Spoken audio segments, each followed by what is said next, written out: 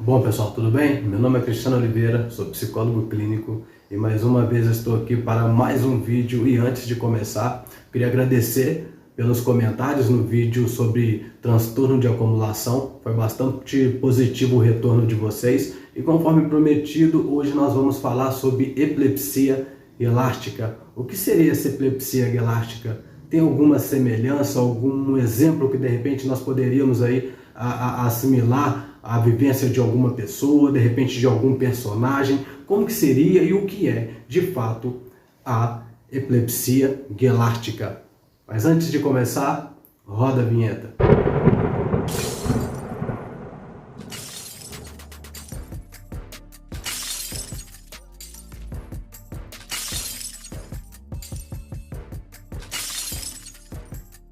Bom pessoal, estamos de volta. O assunto é epilepsia elástica.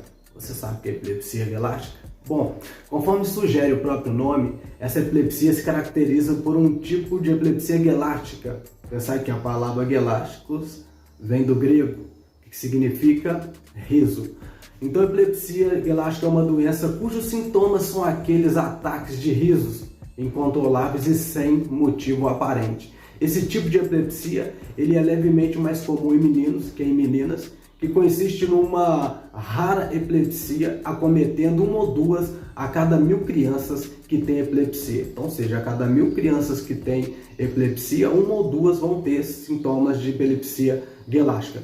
O nosso cérebro, vamos pensar que ele é dividido em estruturas. Vamos pensar que seria o lobo frontal, o lobo parietal, o lobo temporal e o lobo occipital. Então, vamos pensar que a área cerebral mais afetada por essa crise elástica é o hipotálamo, tá? Que é uma estrutura profunda e extremamente importante. Uma causa comum desse tipo de epilepsia é um pequeno tumor hipotalâmico, né, podendo tratar-se aí tanto de um amartoma, né, que nós vamos pensar que seria uma lesão, ou de repente por uma questão já de genética, de repente a pessoa já nasceu já com esse amartoma, ou seja, não foi adquirido, ela já nasceu já com esse amartoma. Então toda vez que você ouvir a palavra amartoma nesse vídeo, você pensa que é uma lesão, ou melhor, você pode acreditar que é uma lesão. Então vamos pensar que o amartoma hipotalâmico é uma rara malformação congênita que pode causar puberdade precoce ou epilepsia de difícil controle, mas principalmente de crises aí no caso elástica. Além de alterações cognitivas e comportamentais, frequentemente agressividade, né, os traços aí de epilepsia elástica, na verdade, eles não têm um padrão muito bem definido, mas vamos encontrar aí esses sintomas. A maioria desses tumores são benignos e, portanto, comumente ele cresce de forma bem lenta, não se espalha aí para outras áreas do cérebro ou do corpo. A criança com epilepsia elástica e puberdade precoce é comum encontrarmos amartomas, então, hipotalâmicos. Bom, e como seria, saindo um pouco desses termos técnicos, como que seria na prática uma pessoa com esse tipo de sintoma, com esse tipo de lesão? Poderia se encaixar perfeitamente aí no caso do Coringa, já que costuma afetar, no caso, pessoas mais jovens, né? A doença que inspirou, inclusive, Joaquim Fênix, isso mesmo, Joaquim Fênix, aquele ator que interpretou o Coringa, tá? No filme do Coringa, com aquela risada inapropriada, impulsiva, irritante, mas ao mesmo tempo real. As gargalhadas incontroláveis do personagem, elas fazem parte da vida de algumas pessoas. O riso, na verdade, ele é sinônimo, né, de que tudo vai bem, né, e seus benefícios, tanto físicos quanto psíquicos, eles são infinitos.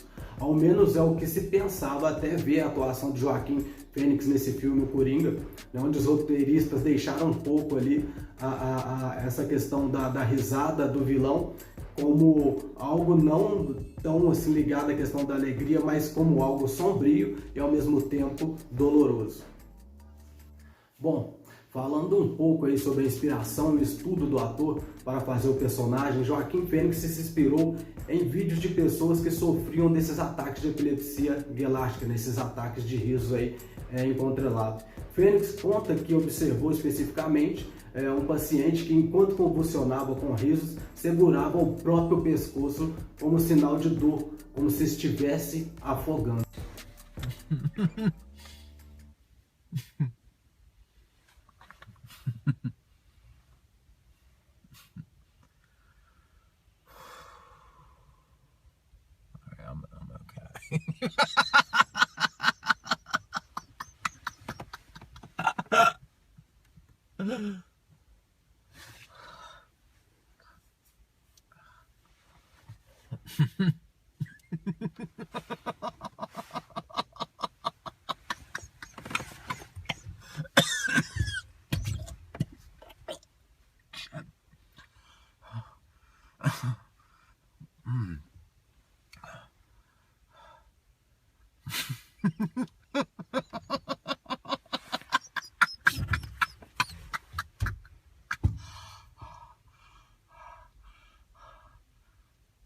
Isso agora já na prática, né? Ele andou vendo alguns vídeos aí de pessoas com essa crise, até mesmo para poder interpretar ali o Coringa. Nesse momento, os roteiristas do filme deixam um pouco aí a história em quadrinhos e apresentam aí a angustiante vida do personagem Arthur.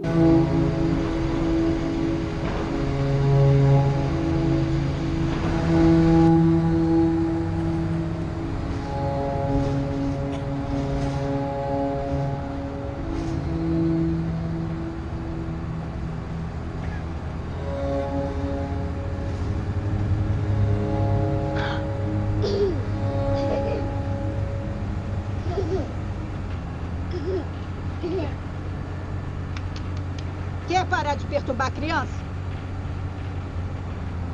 Senta direito. Filho. Eu não tava Eu mandei parar. Eu tava...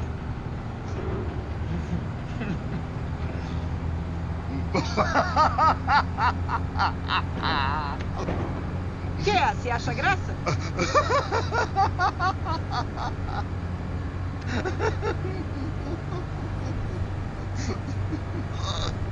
Desculpe, é que eu tenho uma... Desculpe a risada, tenho uma doença, Vire. Questão médica que causa incontrolável gargalhada, não compatível com sentimentos. Obrigada, por favor, devolver o cartão. Desculpe.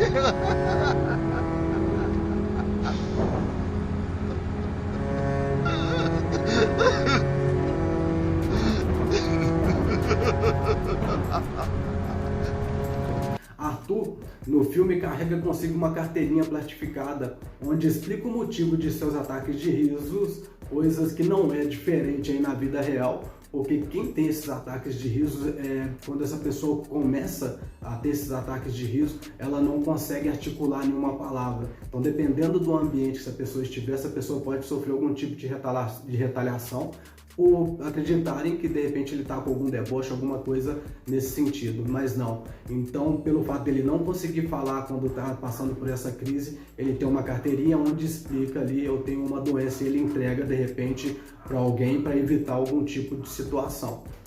Bom, pessoal, conforme eu já disse, não é tão fácil, né, controlar essa questão das risadas aí sem um tratamento adequado. Então vamos sair um pouquinho do filme e vamos imaginar como que seria controlar, aí no caso, essas risadas na vida real, através desse fármaco, através de terapia. A tendência é com que realmente essas crises elas cessem, né, ficando aí de forma bem moderada, mas não quer dizer que essa pessoa ela vai deixar de conviver com esse tipo de situação. Outro exemplo real aí é de um advogado, né, que antes de começar as sessões onde ele estava ali, né, representando ou defendendo um cliente, ele já comunicava tanto a juíza quanto as pessoas que se de repente ele sorrisse, né, disparasse uma crise aí de riso, seria por conta aí dessa questão dessa doença, né? Ou seja, porque de repente esse riso poderia vir fora de um contexto e ninguém ia entender nada. Então, automaticamente ele já fazia esse comunicado para evitar um constrangimento maior. Bom, Cristiane, da onde você tirou essas informações? Os neurologistas, né, afirmam que muitas vezes não se encontra a causa aí, mas em uma proporção importante de casos, ela se deve à existência de uma série de tumores chamados amartomas, que eu falei para vocês que toda vez que aparecer essa palavra a gente pensar em lesões. Então seria amartomas hipotalâmicos, né, que são aí formações benignas situadas aí no hipotálamo. Vou aparecer a imagem, tá, do hipotálamo para vocês verem onde realmente está localizado aí tumor que produz esse tipo de sintoma, embora às vezes também se deva a outro tipo de afeições como displasias ou alterações no córtex cerebral. Em todo caso, a maior porcentagem do caso de epilepsia guielástica se deve a hematomas e as pessoas geralmente nascem com esses tumores, né? Na maioria dos casos aí não são lesões causadas depois do nascimento, mas a pessoa já nasce com essa questão por uma questão genética. Existe literatura científica sugerindo que são hematomas que causam ou que poderiam causar esses ataques de riso. Alguns autores falam da possibilidade de que tem um efeito excitante, gerando aí uma atividade elétrica bem anormal que se propaga para áreas vizinhas aí do sistema límbico, que é o sistema responsável aí pela questão emocional do cérebro, e para o tronco encefálico, que se encarrega aí de realizar as tarefas, né, do sistema nervoso mais básicas, vamos pensar assim, para a sobrevivência, aquelas em que quase não se pode influir voluntariamente, porque são automatizadas. Os ataques de riso só se detêm quando a atividade elétrica do cérebro para, aí a pessoa consegue parar, mas enquanto ele estiver, né, recebendo essas descargas, a tendência é que esse riso realmente dispare e ele de forma voluntária ele não consegue cessar. Bom, então quer dizer que até aqui tudo indica que o Coringa, né, ele tem epilepsia, né, guielástica, vamos pensar nessa questão. Bom pessoal, e como seria aí um tratamento para o Coringa? Agora usando, né, mais uma vez essa forma lúdica, porque estamos falando ali de um personagem, vamos entender que esses tumores eles estão localizados muito profundamente e às vezes comprimem zonas cerebrais que não podem ser operadas. Mas em geral, epilepsia guielástica ela é tratada como qualquer outro tipo de epilepsia, conforme eu disse, com medicamentos, né, fármacos antiepiléticos. Porém, se não for possível controlar essas convulsões, se faria aí uma avaliação, né, uma pré-avaliação, para ver a possibilidade de operar essa área, mas por ser uma área de extrema dificuldade de acesso, uma área mais profunda, então o ideal é que realmente esse tratamento ele seja à base de fármacos. Para Arthur, no caso, né, o Coringa, já o personagem, o Arthur, ele parece que não seguia muito bem esses tratamentos, até mesmo porque ali o filme demonstra uma precariedade muito grande no serviço de saúde, né? Neurologistas afirmam que se de repente uma pessoa tiver um tratamento, dificilmente ela vai ter essas crises de riso, é claro, porém de uma forma mais controlada. O Arthur ele não tinha um tratamento adequado, não tinha um acompanhamento. Tinha uma psicóloga também que de repente acompanhava ele de uma forma muito distante, que ele não tinha também os adequados suportes para poder lidar com aquela questão, e depois o governo ainda tira esse serviço de saúde, o que acaba agravando o quadro ali do Arthur por não dar continuidade na questão tanto do medicamento quanto a terapia que ele também fazia.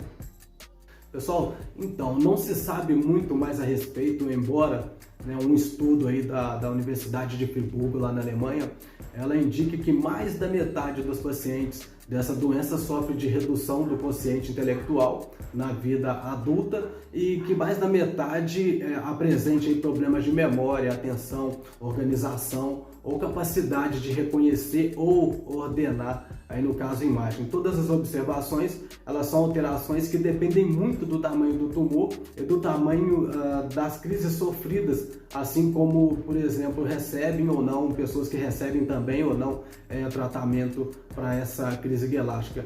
Pensando que é de extrema necessidade que essa crise ela seja tratada de forma farmacológica. Tá? É impossível de repente você tratar essa questão de epilepsia guielástica somente por de repente algum tipo de terapia, algum tipo de tratamento. É de extrema necessidade aí, então o tratamento farmacológico.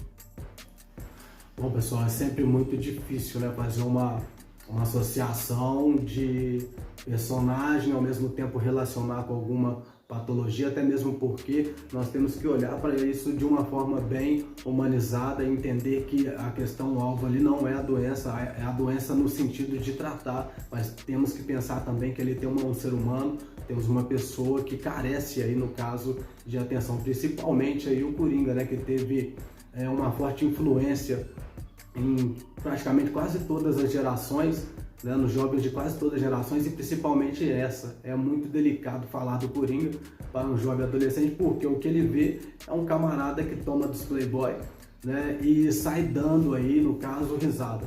A PM de São Paulo, do Rio, de Minas Gerais, elas têm uma aversão muito grande, né, em relação às pessoas que tatuam esse personagem, porque nas abordagens os alvos principais aí, no caso, acabam sendo essas pessoas que, mesmo sem ter cometido nenhum tipo de crime, mas por ter a tatuagem, percebe que ter o Coringa tatuado é a mesma coisa que você ter aí um freio de camburão.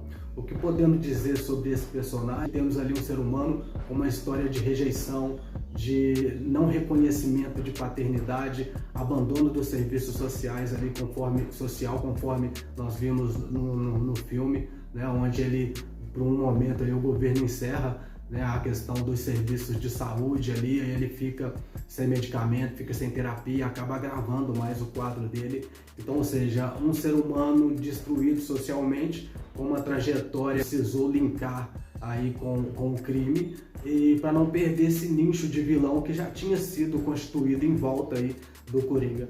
Mas enfim, é sempre polêmico falar sobre o Coringa. O corpo, ele é a nossa tela da vida, nele estão representadas todas as nossas cicatrizes, as nossas histórias, e às vezes nós tatuamos, né, alguma coisa que a gente gosta, alguma coisa que a gente se identifica. Então pense bem antes de fazer a tatuagem, antes de você realmente pensar no que você vai colocar no seu corpo, tá?